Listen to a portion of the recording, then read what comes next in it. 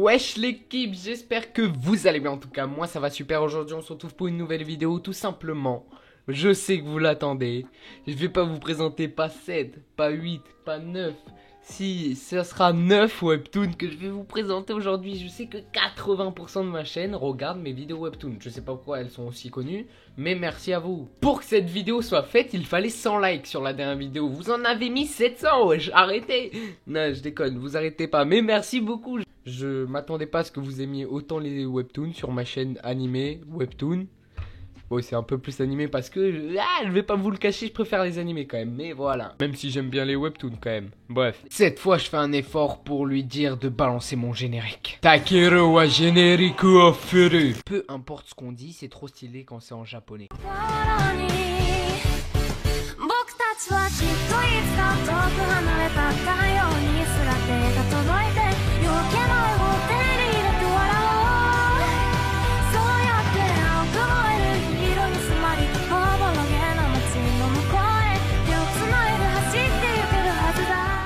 On vit dans un monde tout à fait normal où 100 millions d'êtres humains disparaissent. Et on se dit, quel est le lien entre ces 100 millions de personnes? Ils jouaient tous à un MMORPG du nom de...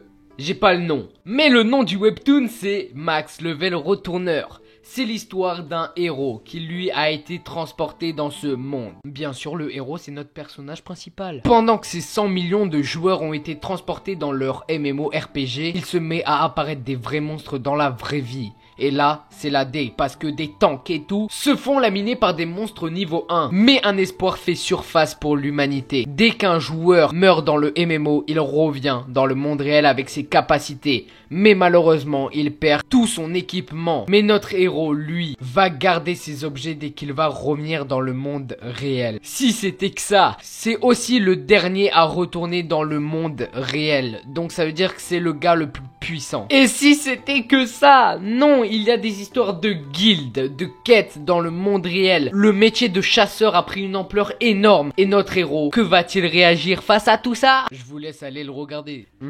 Que va-t-il réagir? Passons au prochain webtoon. Bon, je sais pas parler français, mais vas-y, je vais laisser cette erreur parce que c'est drôle un peu quand même. Avant que je passe au prochain webtoon, vous pourrez tous les trouver sur Japan Red. Voilà, petite information tranquillou quoi, je vous donne. Ouais, mettez un pouce bleu.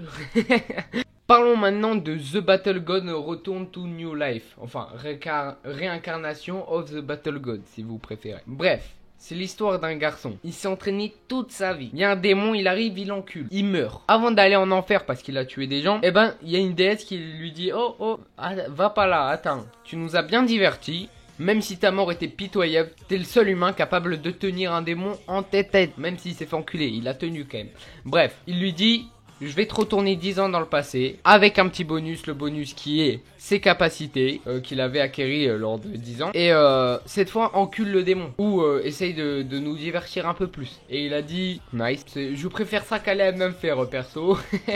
Et du coup, suivez cette histoire tout simplement incroyable. Ça touche pour genre action fantasy, et c'est incroyable. Là, vous êtes censé me dire, mais ok, ça ressemble beaucoup à beaucoup d'animes webtoon, ça a pas l'air ouf. Ben, je vais pas vous spoil, mais la suite est tellement originale et incroyable. Regardez, juste faites-moi confiance. Vous me faites confiance? Répondez pas, allez voir direct sur Japan Red. Le nom de webtoon sera en description avec tous les autres. Bref, parlons plutôt de Return of the Frozen Player, un webtoon incroyable. Il est incroyable. Bref, imaginez un monde normal. Puis là, un étage apparaît, les capacités apparaissent. Il n'y a pas vraiment de niveau, mais un peu comme des niveaux, on va dire. Il y a aussi des armes avec des raretés, genre légendaires, etc. qui apparaissent. Donc, tout comme un jeu. Sauf que là, bah, c'est le début de l'apocalypse, entre guillemets. Parce que c'est la D, genre, les gens, ils se disent, what the fuck, c'est quoi ça? C'est quoi cet étage? Je tiens à préciser que eux, ils voient qu'un étage. Genre, en terminant l'étage 1, il y a le 2 qui apparaît, tu vois.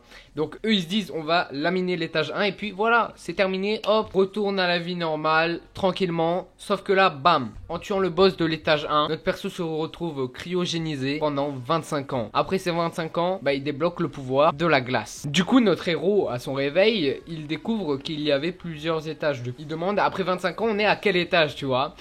Et le docteur lui dit bah on n'a pas passé le deuxième. Du coup ça fait qu'après 25 ans, bah la situation au niveau des étages, bah elle n'a pas bougé. Juste il y a eu des petites complications, c'est-à-dire qu'il y a eu des clans qui se sont formés avec des personnes qui se croivent tout permis. Oui, ils se croivent carrément, tu vois. Tellement, oh ça m'énerve. C'est des bâtards, wesh. Ils sont là, ouais je suis fort donc toi tu vas travailler pour moi. Oh tu veux pas, bah je te tue, allez hop. Bref, ce webtoon est incroyable, l'univers est incroyable et pourtant il est pas connu. Et ça c'est pas croyable. Oh là là la rime que je viens de faire. Oh là là, si ça vous donne pas envie de regarder le webtoon, je comprends pas. Bref, passons à Beilian Shen.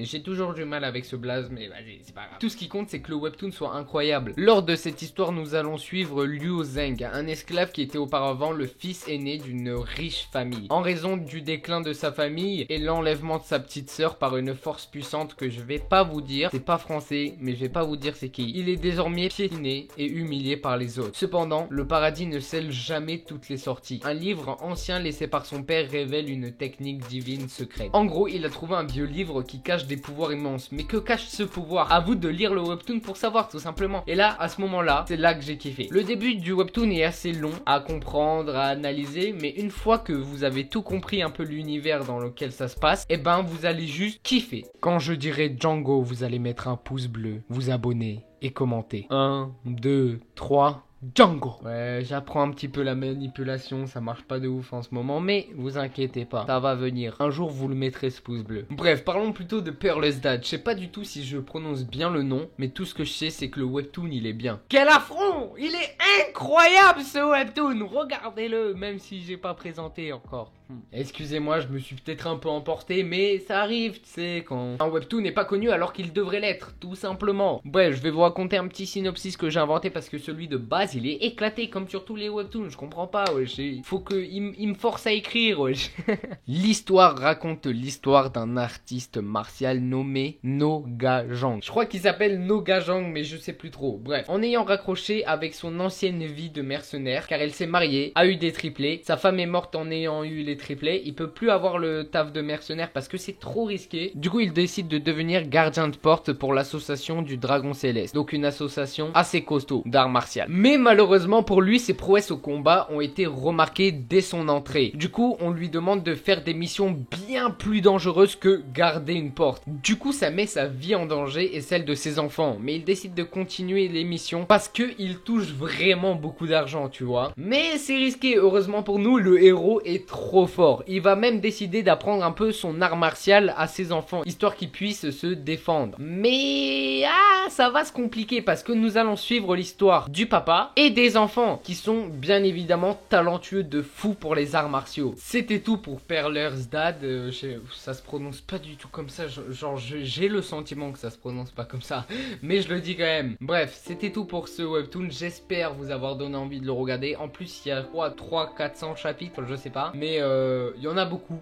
Et c'est incroyable, donc regardez, wesh. Parlons plutôt de The Scholar réincarnation. Après qu'un moine bouddhiste se soit sacrifié pour l'entraîner dans la mort, le maître des arts sombres se retrouve dans le corps d'un petit garçon à peine né. Lui qui était orphelin dans son ancienne vie, comment va-t-il vivre sa nouvelle vie entouré d'une famille aimante? Ça c'est le synopsis de The Scholar réincarnation, on n'y comprend rien. Bref, en résumé, c'est l'histoire d'un gars qui maîtrisait les arts martiaux sombres et qui tuait plein de gens. Sauf que là c'est lui qui est mort, c'est pas son adversaire. Bref, là, il est mort et il se réincarne dans un nouveau-né, lui qui était orphelin avant, et du coup, il va pouvoir découvrir c'est quoi une famille. Donc, ce webtoon, je l'ai trouvé chill, incroyable. Je vous jure que si vous cherchez un animé tranquille, parce que c'est l'histoire d'un enfant qui va enfin découvrir, enfin d'un enfant, bah oui, on va dire ça. C'est l'histoire d'un enfant qui va découvrir c'est quoi une famille, qui va apprendre les arts martiaux de son côté, qui va essayer de protéger sa famille, sa sœur, etc.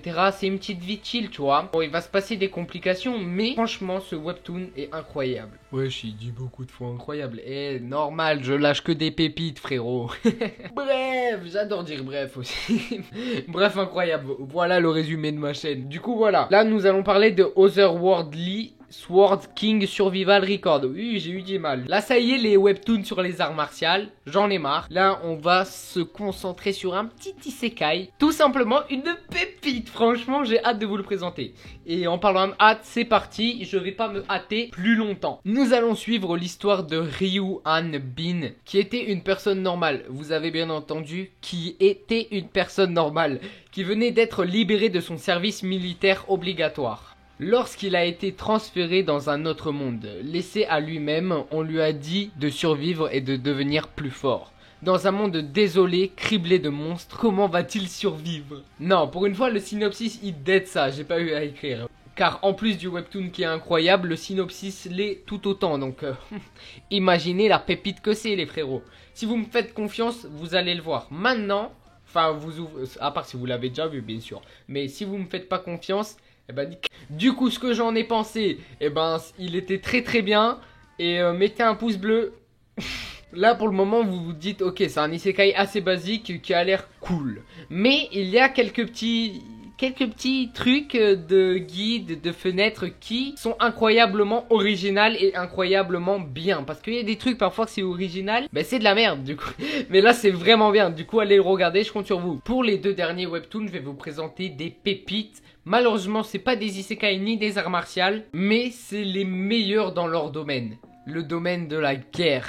Et franchement, je peux vous dire que là, ceux qui partent parce qu'ils aiment trop les arts martiaux et les isekai, vous allez le regretter parce que j'étais dans votre camp moi.